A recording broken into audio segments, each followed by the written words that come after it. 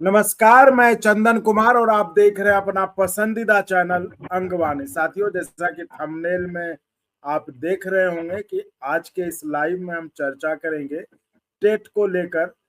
जो कुछ शिक्षक संगठन हैं, नेता हैं, उन्होंने गुहार लगाई है। हमारे साथ अभी फिलहाल जुड़े हुए हैं पीएसपीए, जो उत्तर प्रदेश का शिक्षक संगठन है, उनके प्रांतीय संयोजक पंकज यादव जी। पंकज जी, बहुत स्वागत है आपका अंगवानी पर।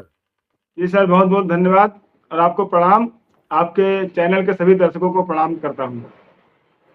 पंकज जी पहले भी जुड़ते रहे हैं और उत्तर प्रदेश के जो शिक्षकों का मसला है उस पर वो काफी मुखरता से बात रखते रहे हैं और आज हम इस पर चर्चा करेंगे ही। और पंकज जी, क्या ये टेट को लेकर जो जजमेंट है, क्या उत्तर प्रदेश में शिक्षकों की क्या हालत है? शिक्षक तो बहुत बेचैन होंगे। सर जो है, सबसे पहले मैं आपका आभार व्यक्त करना चाहता हूं कि आपने शिक्षकों की एक बहुत बड़ी समस्या, बहुत बड़ा मुद्दा आपने चैनल पर रखा और हमको अवसर दिया बात रखने का।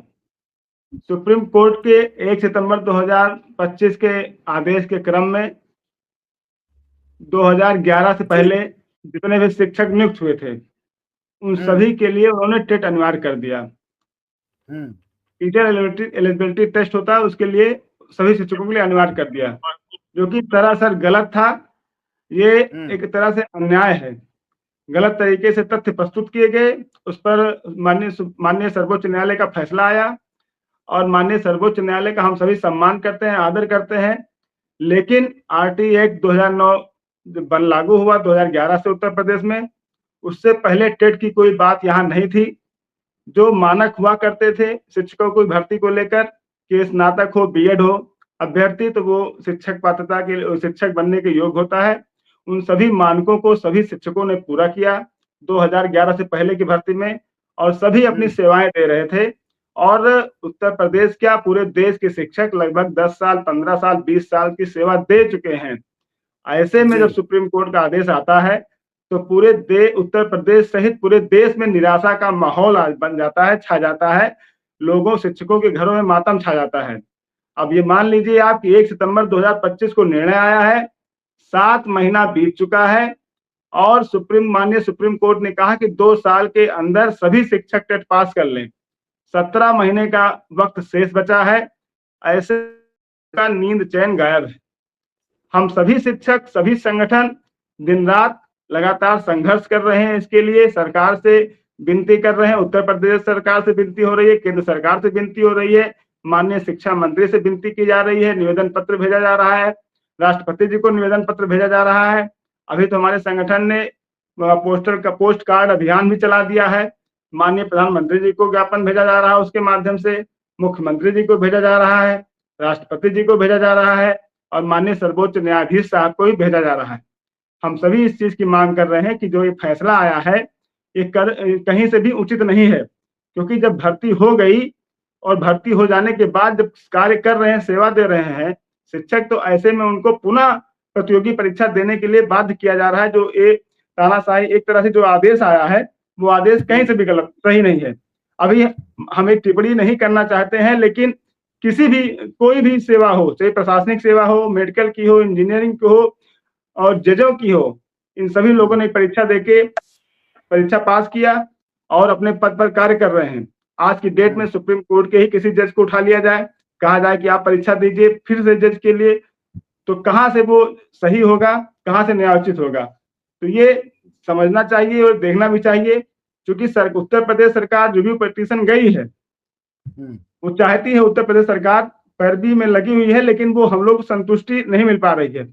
इस पर जो है हम लोग सभी शिक्षक, पूरे प्रदेश के शिक्षक और देश के शिक्षक चाहते हैं कि एक कोई नया अध्यादेश आए, सदन में कानून बनाया जाए और सभी शिक्षकों को जो 2011 से पहले नियुक्त हुए थे, जब आरटी एक्ट 2009 बना है उससे पहले, इसके लागू होने के बाद नहीं, उसके पहले जितने भी शिक्षक हैं इन सभी को इससे मुक्त कर दिया जाए। ये हमारी मांग है और ये कहीं से भी न्यायोचित नहीं है। जी, कहीं से भी न्यायोचित नहीं। महिलाएं बहुत परेशान है, महिलाएं बहुत परेशान है, क्योंकि जो महिला जो है बेचारी 10 साल 15 साल से नौकरी कर रही है, वो टेट की परीक्षा कैसे दे पाएगी? प्रतियोगी परीक्षा है, इसमें प्रश्न पूछे जाते हैं। उनको पुराने समय से फिर उनको इतिहास, भूगोल, नागरिक शास्त्र, हिंदी, गणित, अंग्रेजी सब पढ़ना पड़ेगा। ऐसे में वो प्राइमरी में पढ़ा रही है, क्लास फर्स्ट लेकर 5th तक पढ़ाने का काम होता है, तो पढ़ाई लिखाई का समय वो बीत गया अध्यापकों के लिए। अब वो अध्ययन अध्यापन का काम कर रहे हैं, लेकिन अब वो प्रतियोगी परीक्षाएं टफ होती हैं। ऐसे में पारिवारिक जिम्मेदारियां, घर पर बहुत सारे काम महिलाओं को होते हैं, घर की जिम्मेदारियों का निर्वहन करती हैं, बच्चे पढ़ने लिखने जा रहे हैं, उनकी व्यवस्थाएं देखती हैं, उसके बाद विद्यालय जा रही हैं, विद्यालय से आने के बाद फिर घर के भोजन पानी की व्यवस्था और बहुत सारी जिम्मेदारियां, उसके बाद ये प्रतियोगी परीक्षा की तैयारी। और महिलाएं कहीं गांव में रह रही हैं, कहीं दूर रह रही हैं, तो कोचिंग की व्यवस्था नहीं है, पढ़ने का समय नहीं है।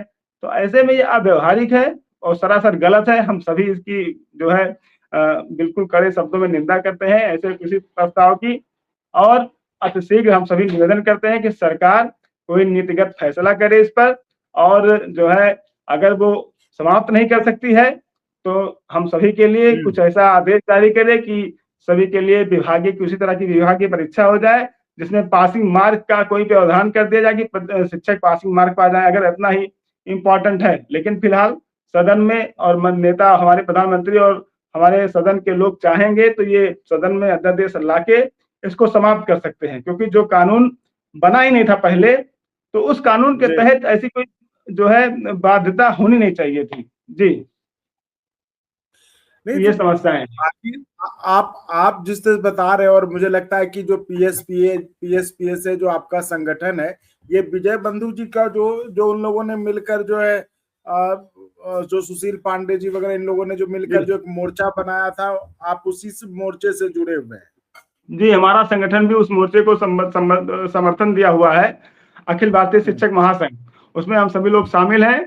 और उसमें जो है जो हम लोग सभी लोगों के जो निर्णय है वो किए हैं कि पोस्ट कार्ड के माध्यम से अपने जनप्रतिनिधियों को, सर्वोच्च पदों पर जो बैठे हुए लोग हैं उनको हम लोग इस पोस्ट कार्ड अभियान चला के उनसे निवेदन करेंगे।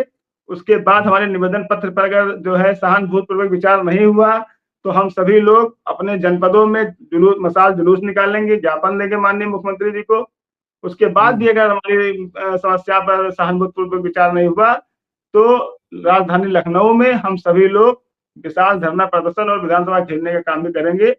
ये महासंघ ने तय किया है, उसी क्रम में हम सभी लोग जुड़े हुए हैं, तो इस पर हम लोग इस समय काम कर रहे हैं। हम सभी लोग जिलों में घूम कर शिक्षकों को मोटिवेट कर रहे हैं, शिक्षकों को अवगत करा रहे हैं, और सभी शिक्षक लाखों लाख की संख्या में पोस्ट कार्ड लिखकर माननीय प्रधानमंत्री जी को, माननीय राष्ट्रपति जी को, माननीय मुख्यमंत्री जी को और माननीय सर्वोच्च न्यायालय न्यायाधीश साहब को पोस्ट कार्ड भेजे, निवेदन कर रहे हैं। बहुत ही विषम परिस्थितियों में हमारा शिक्षक है और इस पर जो है हमें लगता है कि सहानुभूति विचार होना चाहिए, क्योंकि हमारी जो है ऐसी अवस्था नहीं रह गई कि अब हम कोई परीक्षा दें। जब परीक्षा का समय था तो परीक्षा दिया गया और सभी मानकों को पूरा करके भर्ती हुए हैं और योग्यता की कोई कमी नहीं है। सभी अपने समय के अच्छी योग्यताधारी रहे हैं, उच्च योग्यताधारी शिक्षक भर्ती हुए हैं। तो कोई जो है हाई स्कूल इंटर पास नहीं भर्ती हुआ था उस समय। सब लोग स्नातक थे, परास्नातक थे, बीएड थे। उसके बाद जो है बीटीसी का कोर्स हुआ, सब भर्ती हुए। अब आज की डेट में जो है टेट कह रहे हैं कि टेट पास करो, तो टेट बहुत बड़ी परीक्षा नहीं है। और आपको मैं अवगत करा दूं, अभी सीटेट की परीक्षा हुई थी। सीटेट की परीक्षा में अध्यापकों ने फॉर्म भरा भी, अब फॉर्म भर के उसमें लगता है कि 50% ज्यादा पास भी हो गए होंगे। लेकिन ये अन्याय है, पास कर ले, हम कुछ भी पास कर लें। शिक्षक है, जब बच्चों को पढ़ाता है तो उसके पास ज्ञान की कमी नहीं है, लेकिन ये अन्याय हमारे पास होता गया है। ये जो है ये अन्याय बर्दाश्त नहीं है। आज आपने टेट किया है, कल कोई दूसरी परीक्षा, तो एक तरह से निजीकरण को बढ़ावा देने का क्रम शुरू हो गया है। तो हम लोग इसके खिलाफ इसका जो है विरोध करते हैं। ऐसे किसी व्यवस्था का हम लोग सपोर्ट नहीं करते हैं, इसको जो है समाप्त किया जाए। और अगर आपको अच्छा लगा तो एक बार और आपको मैं कहना चाहूँगा कि आप इसको प्लीज सब्सक्राइब और शेयर करते रहें, ताकि हमारा भी मनोबल और सपोर्ट बना रहे।